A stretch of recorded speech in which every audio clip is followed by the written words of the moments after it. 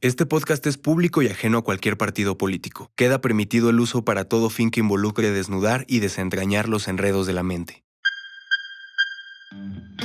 Hola neuronautas, bienvenidos a la temporada 2 de Neuronando, el podcast donde exploramos todo lo que hace vibrar tu mente. Yo soy Montserrat Fierro y estamos grabando desde UC Recording Studio, los estudios de la Universidad de la Comunicación. Prepárate para conversaciones frescas, datos sorprendentes y esa chispa de conocimiento que nos ayuda a entender mejor nuestras pasiones.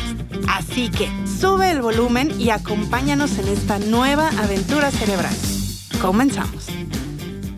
Hola neuronautas, estamos de vuelta aquí en Neuronando. Yo soy Montserrat Fierro, estoy muy contenta de estar con ustedes hoy y que nos escuchen, nos vean ahora. Vamos a hablar hoy de un tema que yo creo que de pronto tal vez nos hacemos conscientes, tal vez no, que son las malas noticias. ¿Cómo podemos manejar las malas noticias? ¿Cómo podemos dar las malas noticias? ¿Qué nos hacen las malas noticias? ¿Cómo darles malas noticias a los niños? En fin, todo lo que tiene que ver con malas noticias. Y para eso me acompaña Isabel Zuviría, que es una colega que yo creo que es experta en temas de dar malas noticias. Entonces, bienvenida Isabel, por favor, preséntate. Gracias, Monse. Me encanta que me hayas invitado una vez más. Pues yo soy Isabel Zuviría, soy tanatóloga, me dedico a dar terapia y acompañamiento en duelo y a formar terapeutas que den estos acompañamientos. Estoy encantada de estar aquí, ¿no? Para hablar de malas noticias. Muy bien, muy bien. Y es que, fíjate que lo platicábamos un poco fuera del aire, que te decía, yo hoy en día siento que nos metemos a las redes sociales o vemos algún noticiero o escuchamos inclusive algún podcast o la radio, por ejemplo, y pareciera que todos son malas noticias, ¿no? De pronto como que es difícil manejarlo. Yo conozco personas que dicen, yo no escucho las noticias nunca. Conozco personas que están todo el día escuchando noticias. Y aún así, cuando les toca a ellos dar malas noticias, no saben cómo hacerlo, ¿no? Entonces, un poco me gustaría que nos dijeras, ¿tú qué concepto tienes? ¿Qué es una mala noticia? Para empezar. Sí, justo por eso quería arrancar. Una mala noticia es una notificación, valga la redundancia, una información que te llega y tiene 3 características. Te llega de improviso, no te la esperas. La calificas como algo desagradable, o no propiamente tú, tu cerebro, por eso está sujeta a interpretación. La calificamos de desagradable y vemos que va a afectar nuestra vida negativamente de aquí en adelante. Ok, o sea, tenemos que sentirlo como una afectación para que sea una mala noticia, por así decirlo. Sí, así sea, China aumentó la inseguridad, subió el dólar, bajó el peso, no hay vacunas, hay una epidemia de esto, hay tráfico en tal lugar, se acabó el producto tal que quería en la tienda. Si yo siento que me va a afectar, rompe mis planes, es una mala noticia. Ok. Y entonces me imagino que hay personas que ven todo como una mala noticia y hay quienes lo ven como algo, inclusive puede ser positivo. Ajá, como oportunidad de crecimiento. Sí, o sea, de que, no sé, yo de pronto intento ver las cosas positivas, pero así de que, bueno, me cancelaron una cita o un evento o lo que sea. Bueno, pues entonces tengo oportunidad de hacer esta otra cosa, ¿no? O de descansar o de desconectarme o de todas maneras voy a ir, ¿no? Tiene que ver como con esta capacidad de cómo vemos o el optimismo con el que vemos las cosas. Sí, de entrada, una vez que la recibimos, la respuesta que genera nuestro cerebro es para sobrevivir al impacto de esa notificación. Nada más que el cerebro va a buscar en sus archivos si hemos vivido algo similar antes o algo calificado de desagradable o de agradable antes, y en función de eso da su respuesta. Por eso vamos a ver personas que tienen respuestas muy intensas, incluso pueden ser dramáticas, y personas que lo procesan de manera distinta, personas que se adaptan fácilmente, personas que no, que se pueden paralizar, incluso desconectar ante el impacto de una noticia. Está muy sujeto a la interpretación y a tu bagaje de experiencias. Ok. Y fíjate que yo creo que funciona, o sea, pensándolo un poco en el tema de tecnología y cómo funciona el cerebro, creo que es un poco así. O sea, si yo a todo lo que le doy like o a todo lo que comento y todo lo que veo en TikTok o en Instagram o lo que sea, o en YouTube, que son los que funcionan principalmente con estos algoritmos, tiene que ver con malas noticias, o sea, por así decirlo, ¿no? O de un tema en particular que tenga que ver con inseguridad o con crimen o con yo qué sé, me van a empezar a salir más cosas relacionadas con eso. Y entonces de pronto toda la información casi que aparezca en mi feed o en mi página de inicio, pues va a tener que ver con esos temas. Yo pensaría que el cerebro funciona un poco así también. O sea, si de alguna manera tengo como recuerdos más bonitos de las veces que algo no salió como esperado, va a ser diferente a que si tengo recuerdos de que fueron cosas pues no agradables o que inclusive tuvieron, como tú dices, una afectación en mi vida, ¿no? 100%, justo es así. Entre más estímulos recibo, el cerebro acaba concluyendo que nada va a cambiar o que hasta se va a poner peor. Ajá, claro. Sí, veo la luz al final del túnel, pero es un tren que viene hacia mí, ¿no? Claro. Y entonces, a ver, pensemos, quisiera como dividir el tema. O sea, una cosa es cómo manejo las malas noticias y otra cosa es cómo yo puedo comunicar las malas noticias. Entonces, para cerrar como el tema de cómo yo recibo las malas noticias, ¿qué dirías que podemos hacer ahora en esta época de infodemia donde vivimos con un bombardeo de información que normalmente es más negativa? O sea, ahí no tiene tanto que ver con el algoritmo, sino que realmente los medios se han vuelto un poco así. No necesariamente es más negativa. Lo que pasa es que vivimos en esta cultura de los filtros, donde todo lo shineamos, ¿no? Todo nos sale bonito, incluso existe esta palabra, ¿no? Instagrameable, todo es para foto. Ya, ajá. Y entonces, como todo es bonito, acabamos concluyendo que al otro no le pasa nada malo, su vida es perfecta. Por lo tanto, lo que me pase a mí, por mínimo que sea, es terrible, porque no cumple con este estándar. Eso es lo que está pasando. Ok, ¿no? ok. Ahora, es un estímulo y como todo estímulo, nuestro cerebro va a responder a través de una respuesta emocional, la cual no podemos evitar ni controlar, solo gestionar.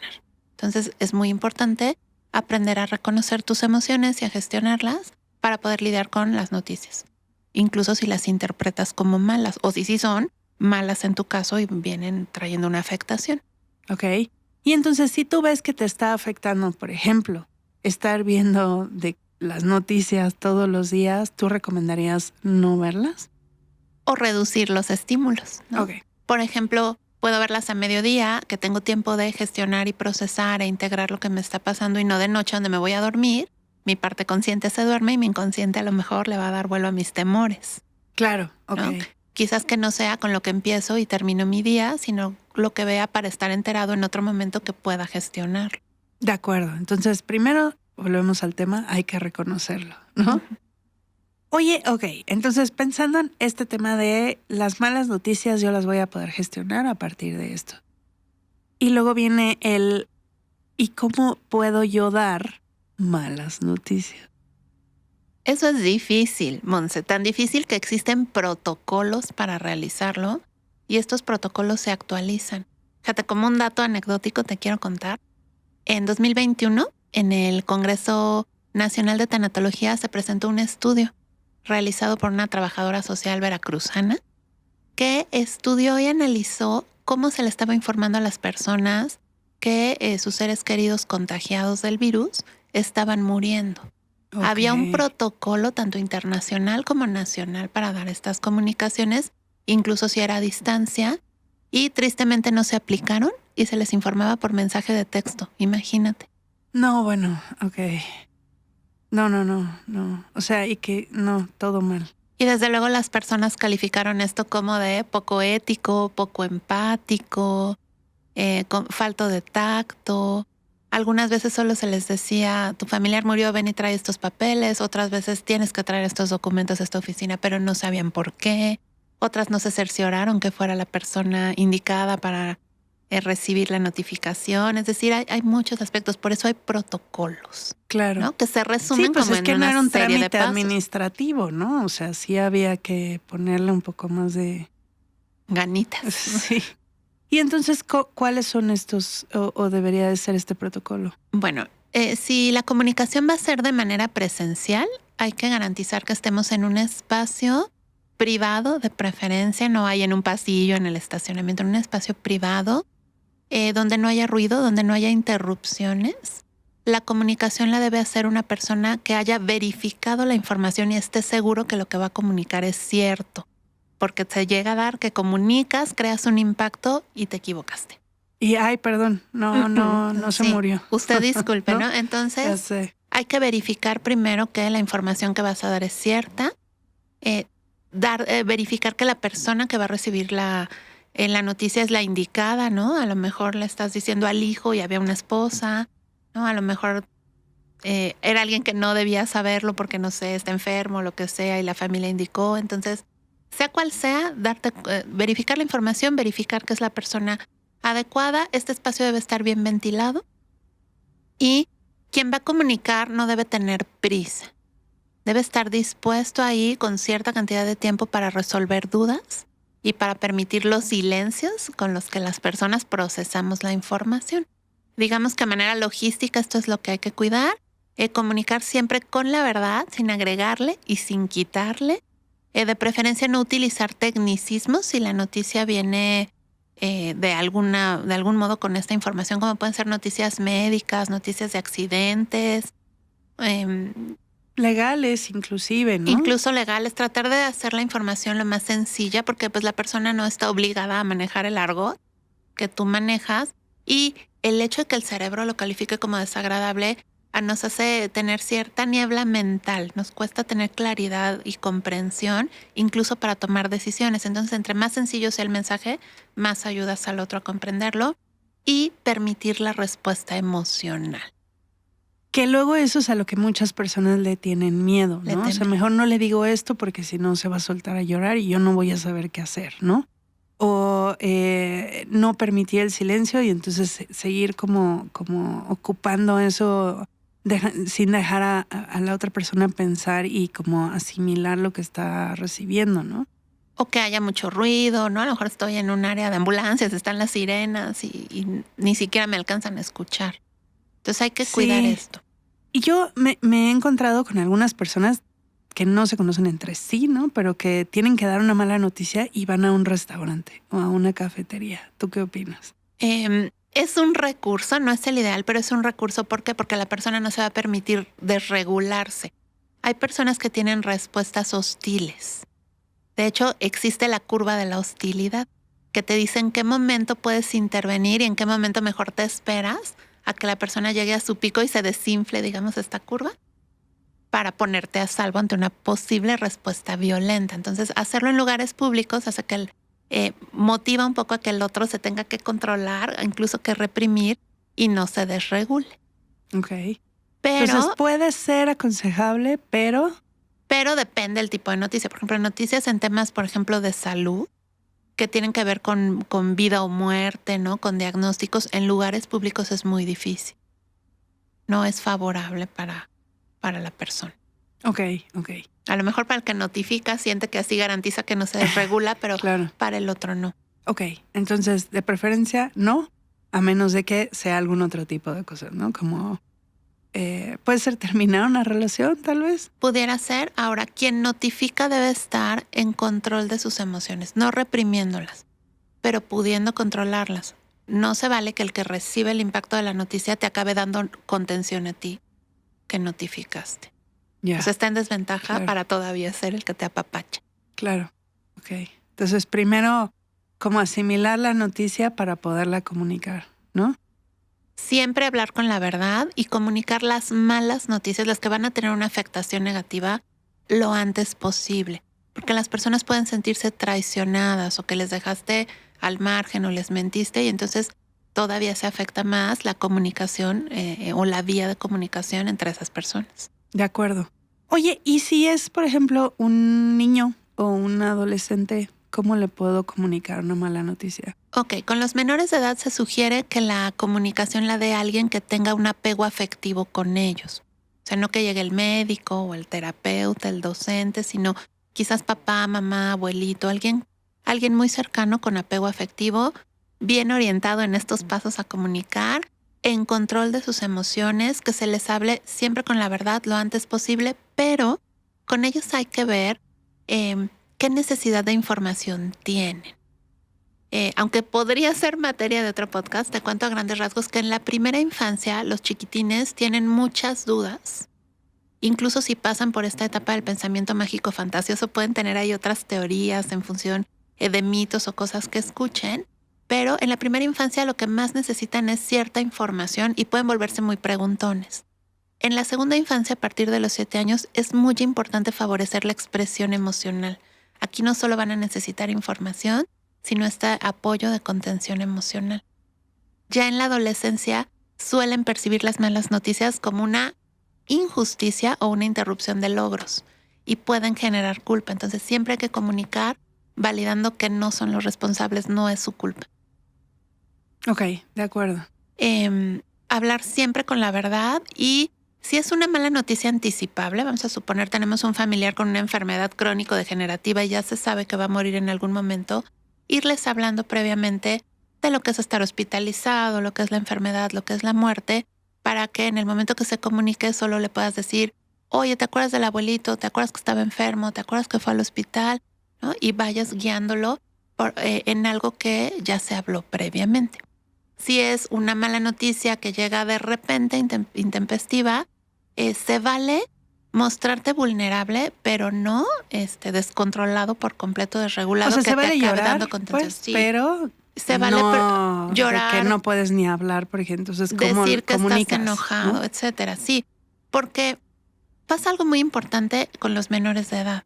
Cuando comunicamos malas noticias, sentamos las bases de algo que se llama mito fundante y que va a determinar cómo van a afrontar las malas noticias y hasta las pérdidas a lo largo de su vida. Y hay mitos fundantes como cantidad de costumbres y estilos de familia. Incluso el silencio, no decirles nada pensando que no se dan cuenta, al rato se les olvida. Eso también comunica, enseña que la emoción no se expresa, de esto no se habla. Claro. Entonces es muy importante tener en cuenta esto. Y si nos mostramos vulnerables, les enseñamos que no es malo mostrar la emoción ni sentirla. Claro, y entonces estoy pensando también que de pronto puede ser que a lo mejor para nosotros no es tan mala noticia, pero a lo mejor para la otra persona sí es muy mala noticia. No sé, me ofrecen un muy buen trabajo en otra ciudad, para mí es una excelente noticia, me emociona la idea, pero a mis hijas les parece la peor noticia porque no se quieren ir a vivir a esa otra ciudad, dejar a sus amigos, su escuela. O sea, de pronto estas malas noticias puede ser así, que a lo mejor para mí no es mala noticia, pero para el otro sí la sea. Sí, siempre está sujeto a interpretación. Siempre es un estímulo, digo, lo voy a decir muy burdo, a lo mejor muy frío. Siempre es un estímulo ante el cual va a responder tu cerebro para que sobrevivas. Y el cerebro va a decidir qué tanto ve que te va a afectar esto en tu vida o no. Por eso, en una misma familia, en un mismo grupo de amigos, una misma mala noticia puede dar respuestas diferentes. Ok. Y es que ya llevándolo a este punto, o sea, podríamos decir que existen noticias y que de pronto depende de cómo lo perciba la otra persona o inclusive cómo lo comunique yo, puede ser una mala noticia, una buena noticia o una noticia, ¿no? Que a lo mejor tiene ciertas consecuencias, tanto positivas como negativas. Sí, para la persona cumple con esas 3 características que hablábamos al inicio, va a ser mala noticia, ¿no? Pero existe también la resignificación. Es decir, esa interpretación que tú le diste inicialmente, donde ves todo lo negativo, tú le puedes dar la vuelta a la tortilla y reinterpretar eso. Pero ahí es donde entra un poco, creo, esta delgada línea de decir, bueno, comunico esta noticia que sé que puede ser mala noticia para la otra persona, pero yo en decirle la mala noticia ya le meto cosas como para resignificarlo. O sea, tipo, no sé, pues te vamos a tener que correr, pero velo como una oportunidad para que crezcas en tu carrera profesional y por fin explores esos hobbies que tanto me habías platicado. No sé. algo como así. Sí, de hecho, existe la llamada técnica del sándwich. ¿Te acuerdas de ella? Para regañar a alguien o comunicarle este tipo de cosas. Cuéntanos, ¿cómo es la técnica del sándwich? Primero dices algo que la persona haga muy bien, le halagas. Por ejemplo, te has destacado en tu trabajo, has alcanzado tus objetivos, gracias a ti logramos tal y tal meta, y luego metes lo negativo. Pero te vamos a tener que dejar ir. Exactamente, o te va a bajar el sueldo, te va a cambiar de área. Vamos a mandar a otra ciudad, ¿no? Ajá. Y luego metes lo bueno que esto pudiera causar. Es decir, si tomas conciencia de esto y cambias la conducta, te vas a quedar, ¿no? O seguramente te van a valorar en otra empresa, este tipo de cosas. Entonces así, halagas, dices la mala noticia y luego los beneficios de esto. Ok. Pues es una buena técnica pensando en no estoy comunicando que alguien falleció, creo, o también puede aplicar para cosas más fuertes. Hay otra técnica que se llama mimo. Arrancas diciendo algo que la persona ha hecho bien y quieres mantener, o algo que no se está trastocando a partir de esta noticia o pérdida y se va a mantener, ¿no? Luego dices lo que puedes implementar, por ejemplo, el cambio que va a ocurrir. Luego dices algo que pudieras modificar y cierras diciendo algo que pudieras omitir. Ok. Y de esta manera, entonces, el trancazo es menos fuerte. ¿Cómo sería un ejemplo para aplicar mimo? Por ejemplo, Monse, tu podcast está maravilloso. Ya llevas 2 temporadas. Espero que llegues a tener muchas más. Lo que vas a mantener, ¿no? Estás haciendo un gran trabajo. Luego lo que puedes implementar, ¿no? Haz de cuenta, me podrías invitar una vez a la semana, Monse, ¿no? O una vez al mes. Okay. Y entonces ya te estoy pidiendo algo que implementes, ¿no? Algo que puedas modificar. No sé, Monse, que dure 1 hora, ¿no? Sería genial que durara 1 hora en vez de 30 minutos. ¿Y qué puedes omitir? O sea, no omitas ningún mes invitarme, ¿no? Haz de cuenta. Ok. Entonces lleva de esta manera, el trancazo es menos fuerte porque le muestras los matices a la persona. Okay. Ahora, si yo estoy recibiendo la mala noticia, con protocolo, sin protocolo, ya recibí, ¿no? El impacto, te puedes preguntar, y de hecho es un ejercicio importante, ¿qué hay de bueno en esto que no estoy viendo? Y de entrada le comunicas a tu cerebro que sí hay algo bueno. Si no lo identificas, solo no lo está viendo, pero sí existe. Y deja de tener esa etiqueta emocional, ese archivo de que es terrible, desagradable y negativo para ti. Se va a quedar tratando de identificar qué puede ser lo bueno. Ok. Sí, que, a ver, no necesariamente todas las cosas que nos pasan tienen que pasar por ese filtro. O sea, a veces necesitamos que pase tiempo para verle lo bueno, ¿no? Pero como dices, por lo menos prender la lucecita, ¿no? De esta manera no te enganchas. Acuérdense, ustedes lo saben muy bien, que nuestro cerebro le pone 80% más atención a lo que califica como fracaso, displacer, dolor físico y emocional. Entonces nuestro cerebro se clava en eso. Entonces al comunicarle qué hay de bueno en esto que no estoy viendo, movemos la atención a ese otro 20%. A lo mejor no lo identifica de inicio, pero ya se quedó. Sí, o sea, es como, yo lo pienso como para que se entienda, porque creo que hay muchos Gen Zs que nos escuchan, que es como cuando tienes una serie de comentarios en un post, ¿no? Y hay uno negativo y entonces te fijas en ese. O sea, no importa que todos los demás dijeran que todo está perfecto, en el que criticó tu foto, ese es el que te va a quedar ahí. Entonces la idea es que cambiemos eso, ¿no? Entonces, en vez de fijarnos en ese negativo, o sea, pensemos en las cosas positivas que sí tiene. En ese caso no necesariamente no le pones atención porque ese comentario negativo puede desatar la polémica donde otros te defiendan. Ok. O incluso resalten virtudes que tú ni habías tomado conciencia que tenías y entonces no es tan malo porque vino a picar algo que va a dejar algo nutritivo, digamos, algo valioso. Claro. O es alguien a quien vas a bloquear. Puede ser, pero no necesariamente porque a veces detona la polémica. Claro. Y entonces, o sea, volviendo como a este tema de las malas noticias y de las noticias en general y cómo manejamos esto, ¿qué tanto? Porque hablabas mucho de decir la verdad y yo creo que esa es de las cosas que más nos cuesta. En primera, porque ¿qué es la verdad? O sea, de pronto es como cuestionarnos si algo es verdadero de entrada, ¿no? Porque así se hacen los chismes de pronto, ¿no? O sea, y entonces una mala noticia se puede convertir en un chisme de algo que ni siquiera era cierto. Entonces, volviendo a esto de cómo comunicar de manera efectiva, yo diría no nada más malas noticias, sino todo debería de ir regido así. Pero en esta comunicación, ¿cómo podemos comunicar la verdad? Ok. Como eso tienes razón, puede ser ambiguo y sujeto a interpretación, describir la situación sin caer en ser escatológico y con demasiados detalles. Ejemplo, en la avenida tal hubo un accidente y en uno de los vehículos iba tu hermana. Necesito que vengas, por favor. Ok. Sí. O sea, no te dije se le clavó un fierro, ¿no? Sí, el otro coche. Había mucha sangre. Parece que huyó uno del... No, o sea, no, de acuerdo. Ajá, ok. Entonces, como cosas muy concretas, apegadas a los hechos. Ajá. Ok, de acuerdo. Así es. Entonces, como un poco recapitulando, o sea, esta parte de las noticias, pensando, por ejemplo, a lo mejor, ¿cómo le puedo decir a alguien...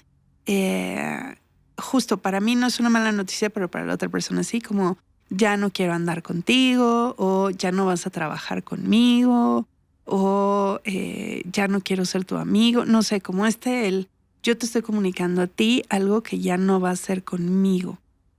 Una es la técnica sándwich que decías, otra es la mimo, pero ¿cuál sería como, digamos, el principio para poder comunicar estas noticias? Ok, separar a la persona de sus conductas o de los hechos. No es lo mismo decir, eres un infiel, maldito, no te quiero volver a ver, tu infidelidad me ha hecho darme cuenta que no quiero estar con alguien así. Pero no eres tú. Fue una de tus conductas, por lo tanto es modificable. A lo mejor yo no te voy a dar la oportunidad de que la modifiques conmigo, pero separar a las personas, no etiquetarlas. Ok. Entonces, como esta conducta o este hecho en específico me hizo tomar esta decisión y esa es la noticia que te estoy comunicando. O esta conducta reiterada o esta suma de conductas me han hecho sentir de esta manera y he tomado tal decisión. O quiero que lo hablemos para encontrar una solución, pero no etiquetas a la persona como si fuera ella misma el problema, ella misma la conducta. La separas. De esta manera evitas también una respuesta a la defensiva. De acuerdo. Oye, y hablabas un poco de cómo generar un ambiente adecuado para dar una mala noticia presencial. Pero ¿qué pasa si no puede ser presencial? Ok, vamos a suponer que es por vía telefónica. Llamas, te identificas, puede ser que ya conozcas a la persona o no, que seas un funcionario de una dependencia. Entonces, te identificas con tu nombre y de dónde llamas, tu cargo de ser posible, y te aseguras que sea la persona adecuada para recibir la noticia. A lo mejor en los hospitales, este tipo de cosas, hay un contacto de emergencia. Ok. Pero vamos a suponer que te contesta un niño, pues le preguntas si hay algún adulto y que te comunique con el adulto. De acuerdo. Vamos a suponer que te contesta un adulto mayor, le puedes preguntar si está acompañado, porque a veces llegan a marearse, ¿no? Incluso a desmayarse las personas. Entonces, si la persona estuviera sola, le pides que se siente. Evidentemente esto ya pone a la defensiva de qué me vas a decir, pero le pides que se siente y sueltas la comunicación de esta manera breve, sin detalles escatológicos, ¿no? Simplemente haciendo saber que hay una situación importante, delicada o grave que atender. De acuerdo. Ok, perfecto. Y si tuviera que ser por escrito, digo, hoy casi cualquiera tiene un teléfono a la mano, ¿no? O puedes hacerlo de manera presencial o inclusive por Zoom, por ejemplo, ¿no? Mira, el protocolo dice que le solicites que te permita tomar una llamada. Y realices lo que te acabo de decir. Sin embargo, sí es una realidad que muchas personas notifican por WhatsApp, a lo mejor. Que, híjole, no sé. Por correo electrónico. Yo de pronto pienso en que te mandaban noticias, no sé, a lo mejor hace 100 años te llegaba una carta, ¿no? Y pues te daban una mala noticia, pero pues como que de pronto tenía algo romántico. Suavecito. Pues sí, exacto. Pero cuando es un medio como WhatsApp o como a lo mejor un correo electrónico, puede ser como demasiado frío, ¿no? Sí, y sin embargo hoy se usa, por ejemplo, dar malas noticias en algún grupo o en un correo corporativo, digamos, ¿no? Avisar alguna cosa, y se utiliza esta técnica del sándwich, decir algo positivo, la mala noticia y después algo positivo. Ok. Entonces, ¿qué podrías resumir de todo esto? O sea, como para cerrar los consejos y el cómo podemos dar malas noticias. Bueno, primero, si recibes una mala noticia, recuerda que todos los hechos, incluidas las noticias, son neutras. Tú las interpretas como agradables o desagradables. Claro, es una interpretación automática del cerebro, pero puedes hacer un alto para tratar de procesar, de permitir esa respuesta inicial antes de asegurar que es devastadora y terrible. De acuerdo. ¿No? Hacer un alto, preguntarte qué hay de bueno en esto que no estoy viendo. Seguramente cuando te hagas la pregunta por primera vez me vas a odiar y te vas a acordar de mí terriblemente, pero... ¿Qué tiene de bueno, Isabel? Sí, pero estás estimulando tu cerebro para que haga este switcheo del que hemos hablado. De acuerdo. Ahora, si vas a comunicar tú la mala noticia, no te olvides sobre todo de verificar la información. Esto es muy importante. Como para tener los hechos que sean verídicos, ¿no? Concretos, que sí pasó, que sí es la persona indicada, no te vayas a confundir, de destinatario. Ya sé. Ajá. Y implementa esta técnica del sándwich, ¿no? Si te pones nervioso, no puedes, di las cosas concretas, pero permite la respuesta del otro. A mí a veces me funciona escribirlo, o sea, como escribir lo que voy a decir para pensarlo y de pronto, no, mejor le digo esto de esta manera o le digo esto antes o esto después. Entonces puede ser una manera de ensayarlo. O te puedes auxiliar hasta de la inteligencia artificial para cómo digo esto de manera asertiva, empática, ¿no? Y te ayuda. Ok. Utilicemos la tecnología, también para eso sirve. Muy bien, pues muchísimas gracias, Isabel. O sea, creo que este tema de las malas noticias de pronto se vuelve abrumador, creo, con la cantidad de información a la que estamos expuestos.